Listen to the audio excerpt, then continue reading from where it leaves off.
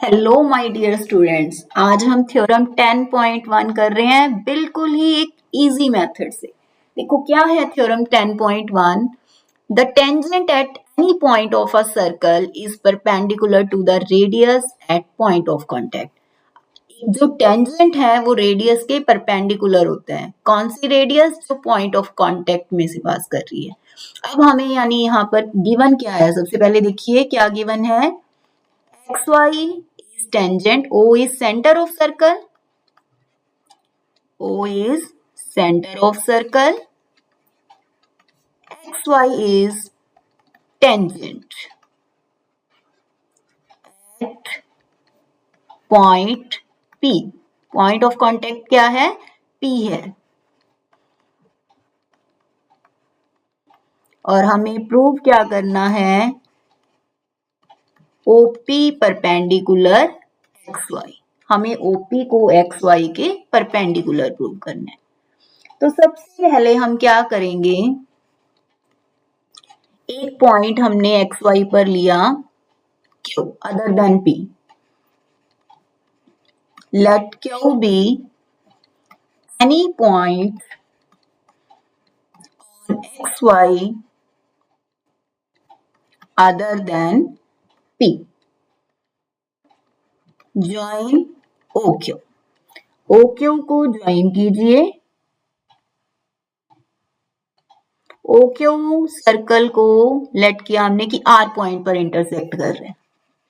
Late OQ intersect circle at R। अब देखो आपको फिगर से क्या पता लग रहा है? फिगर से आपको जो ये OQ है वो ग्रेटर लग रहा है OR से। OQ ग्रेटर देन OR दिख रहा है ना हमें फिगर से। OQ is greater than OR।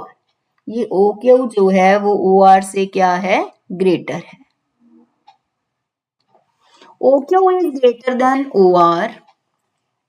OQ OR से ग्रेटर है और OR और OP दोनों क्या है? रेडियस है। OQ ग्रेटर हम OP भी लिख सकते हैं। यस लिख सकते हैं। क्यों लिख सकते हैं? Because OR and OP both are equal, both are radius. अब देखिए OQ ग्रेटर देन OP आ गया, इसे आप नंबर 1 लो।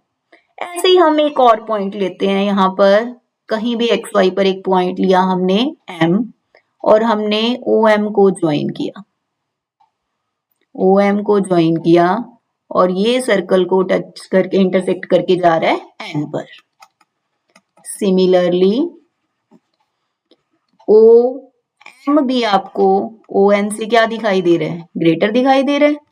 तो हम OM को ग्रेटर देन OP लिख सकते हैं। Yes because ON and OP ये भी तो दोनों क्या है? रेडियस। रेडियस कहाँ से लेके कहाँ तक का डिस्टेंस होता है?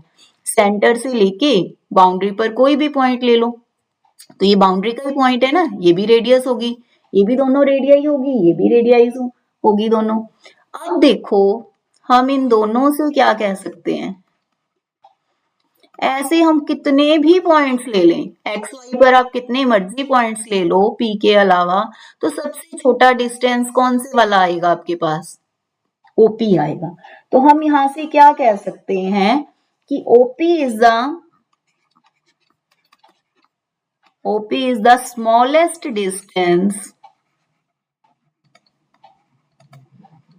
of point O from XY। अब ये तो हमें पता चल गया कि OP स्मॉलेस्ट डिस्टेंस है। करे क्या भाई इसका? OP स्मॉलेस्ट आ गया। प्रूफ तो परपेंडिकुलर करना था। ओ यहीं से तो होगा प्रूफ। देखो एक कंसेप्ट आप बताओ मुझे।